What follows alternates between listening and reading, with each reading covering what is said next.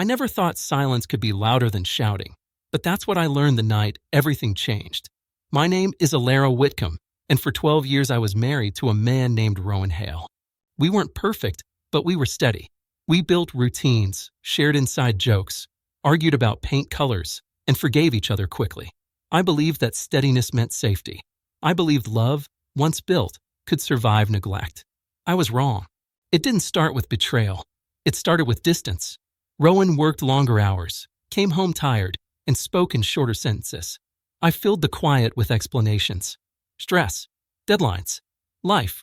I told myself marriages ebb and flow. I told myself patience was love and practice.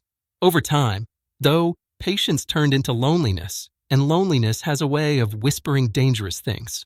I crossed the line on an ordinary Tuesday. No alcohol, no wild moment, no dramatic music. Just a choice made in a second that unraveled years. The bedroom wasn't unfamiliar, but it wasn't ours either. It was clean, anonymous, and wrong. The moment passed quickly, but its echo didn't. I walked out feeling hollow, not relieved, not desired, just smaller than before. I knew instantly I had traded one ache for a deeper one. I told Rowan the next morning. I didn't dress it up or hide behind excuses. I said the words plainly because he deserved the truth, even if I didn't deserve forgiveness. He listened without interrupting, his face still, his eyes focused somewhere past me. When I finished, he nodded once and said, "I hear you." That was it. No questions, no anger, no tears. He went to work as usual. That was the last full sentence he spoke to me. At first, I thought he needed time. I respected the quiet, gave him space, cooked dinner, left notes, tried not to hover. Days turned into weeks. He answered logistics only. Bills, groceries, schedules. He stopped calling me by my name. He didn't sleep in the bedroom anymore. The silence wasn't passive. It was precise. Every word withheld felt intentional. I tried apologizing again, this time with explanations I knew sounded weak. I talked about feeling unseen, about drifting, about making a terrible choice. He listened, nodded, and said nothing. There was no cruelty in his eyes, just distance. That hurt more than rage would have. Anger would have meant I still mattered enough to provoke it. Friends told me his silence was punishment, that he was being emotionally manipulative. Maybe they were right, but sitting across from him at the kitchen table, I didn't feel punished. I felt replaced by quiet. He had withdrawn himself, not to control me, but to protect whatever was left of him. That distinction mattered. I began to understand something uncomfortable. I wanted his forgiveness to ease my guilt, not because I deserved it, but because I couldn't stand being the villain in my own story. His silence refused to give me that relief.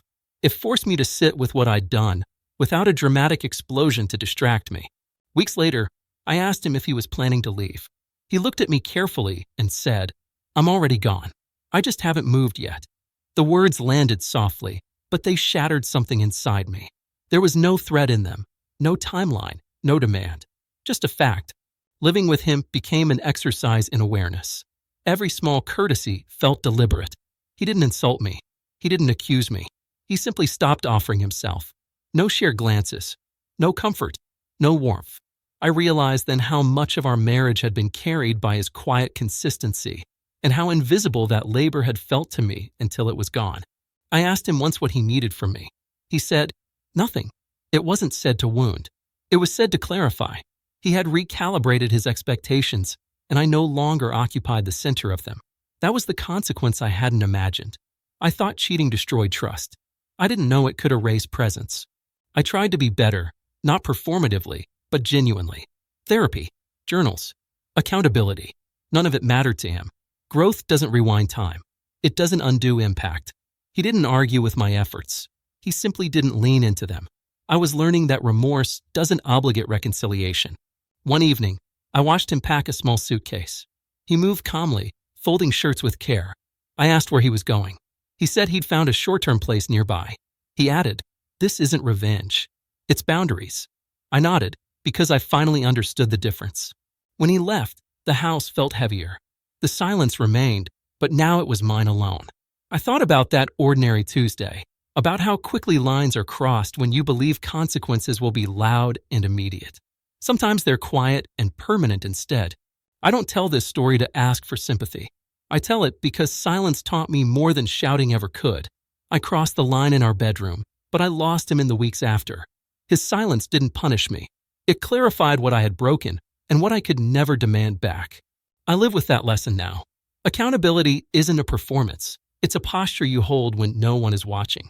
I'm learning to be honest without expecting absolution, to respect decisions I don't like, to sit with the discomfort I earned. If there is a future version of me who loves better, it will be because she remembers this quiet ending, not as a tragedy, but as a turning point that demanded maturity instead of excuses. Silence, I've learned, is not empty. It's full of meaning, and once it arrives, you don't get to decide when it leaves. I carry it forward, choosing restraint over impulse, truth over comfort, and responsibility over denial, knowing some doors close without slamming, and the echo that follows is entirely yours to bear from now on.